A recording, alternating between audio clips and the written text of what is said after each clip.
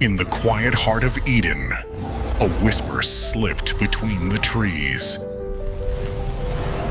The serpent, more subtle than any beast, watched and waited. Around them, creation moved in gentle harmony. Beasts of field and sea, winged and wild.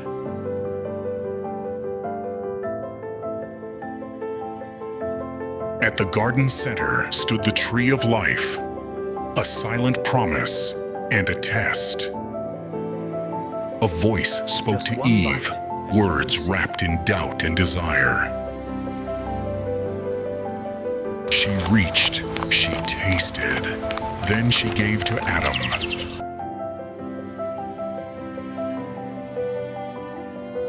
Their eyes were opened, innocence shattered, shame took root. They hid from the one who had walked with them, and paradise trembled. From the garden, they were driven out.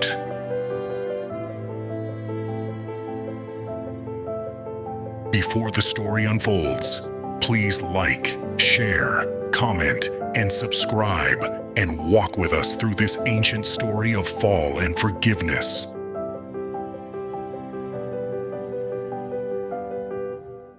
And the Lord God formed man of the dust of the ground.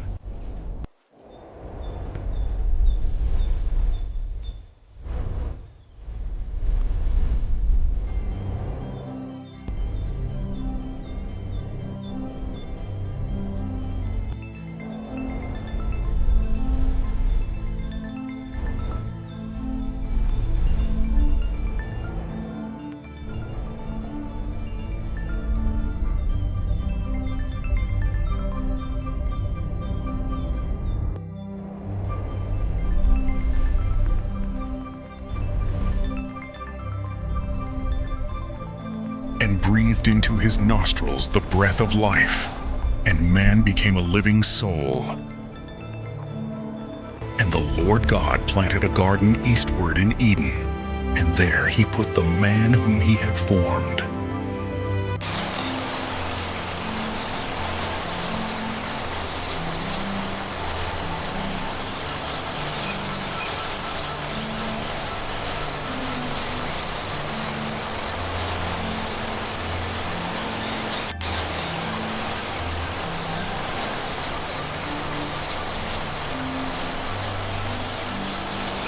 And out of the ground made the Lord God to grow every tree that is pleasant to the sight, and good for food, the tree of life also in the midst of the garden, and the tree of knowledge of good and evil.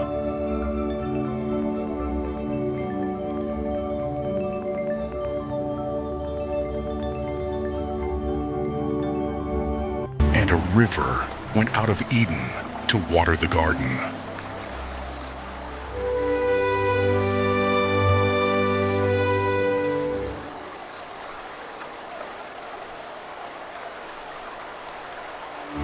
And from thence it was parted, and became into 4 heads. The name of the first is Pison, that is it which compasseth the whole land of Havilah, where there is gold, and the gold of that land is good. There is bdellium and the onyx stone. And the name of the second river is Gihon, the same is it that compasseth the whole land of Ethiopia. And the name of the third river is Hiddekel, that is it which goeth toward the east of Assyria.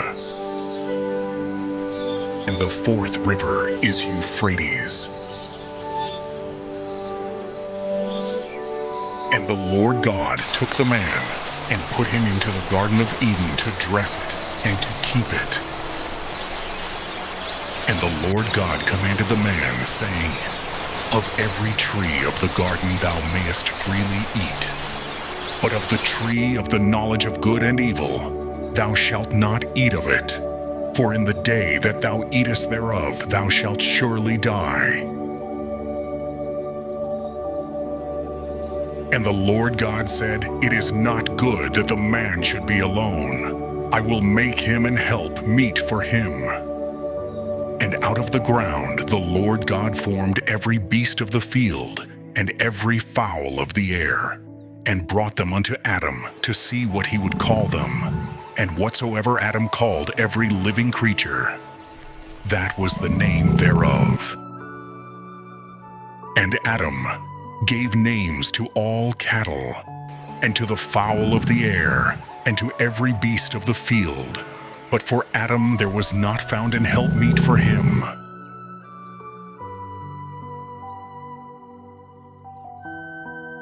And the Lord God caused a deep sleep to fall upon Adam, and he slept. He took one of his ribs, and closed up the flesh instead thereof. And the rib, which the Lord God had taken from man, made he a woman,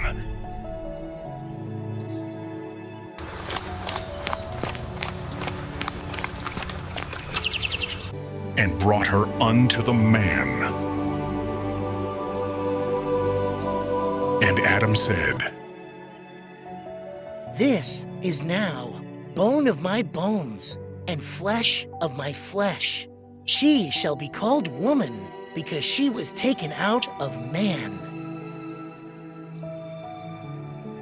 Therefore shall a man leave his father and his mother, and shall cleave unto his wife, and they shall be one flesh.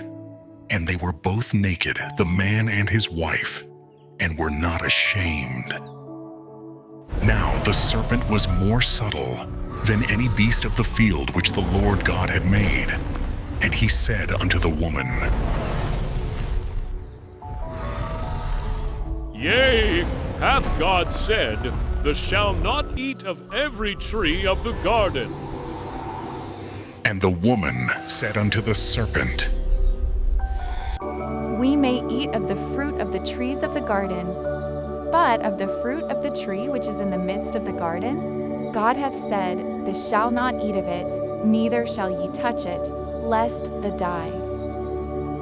And the serpent said unto the woman, Thou shalt not surely die, for God doth know that in the day they eat thereof, then your eyes shall be opened, and thou shalt be as gods, knowing good and evil. And when the woman saw that the tree was good for food, and that it was pleasant to the eyes, and a tree to be desired to make one wise, she took of the fruit Just one thereof, bite, and you did will eat, see. and gave also unto her husband with her, and he did eat. And the eyes of them both were opened, and they knew that they were naked, and they sewed fig leaves together, and made themselves aprons. And they heard the voice of the Lord God walking in the garden in the cool of the day.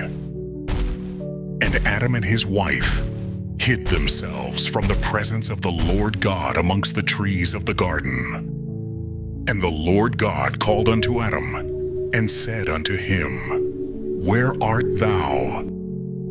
And he said, I heard thy voice in the garden, and I was afraid, because I was naked, and I hid myself. And he said, Who told thee that thou wast naked? Hast thou eaten of the tree, whereof I commanded thee that thou shouldest not eat? And the man said, The woman whom thou gavest to be with me, she gave me of the tree, and I did eat. And the Lord God said unto the woman, What is this that thou hast done? And the woman said, The serpent beguiled me, and I did eat. And the Lord God said unto the serpent, Because thou hast done this, thou art cursed above all cattle, and above every beast of the field. Upon thy belly shalt thou go, and dust shalt thou eat all the days of thy life. And I will put enmity between thee and the woman, and between thy seed and her seed. It shall bruise thy head, and thou shalt bruise his heel. Unto the woman he said, I will greatly multiply thy sorrow and thy conception. In sorrow thou shalt bring forth children, and thy desire shall be to thy husband, and he shall rule over thee. And unto Adam he said, Because thou hast hearkened unto the voice of thy wife, and hast eaten of the tree, of which I commanded thee, saying, Thou shalt not eat of it. Cursed is the ground for thy sake. In sorrow shalt thou eat of it all the days of thy life. Thorns also and thistles shall it bring forth to thee, and thou shalt eat the herb of the field. In the sweat of thy face shalt thou eat bread, till thou return unto the ground. For out of it wast thou taken, for dust thou art, and unto dust shalt thou return. And Adam called his wife's name Eve, because she was the mother of all living. Unto Adam also, and to his wife, did the Lord God make coats of skins, and clothed them. And the Lord God said, Behold, the man is become as one of us, to know good and evil. And now, lest he put forth his hand, and take also of the tree of life, and eat, and live forever.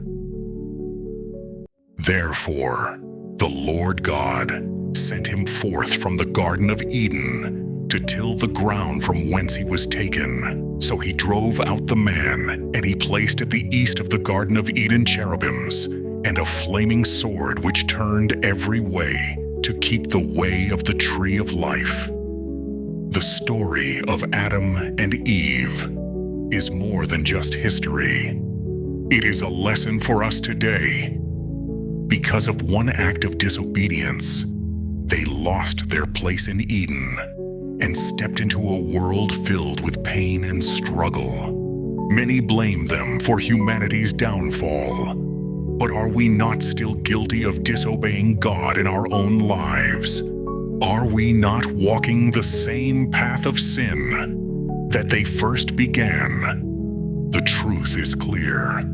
We must learn to obey God's commandments and return to Him, asking for mercy wherever we have gone against His will.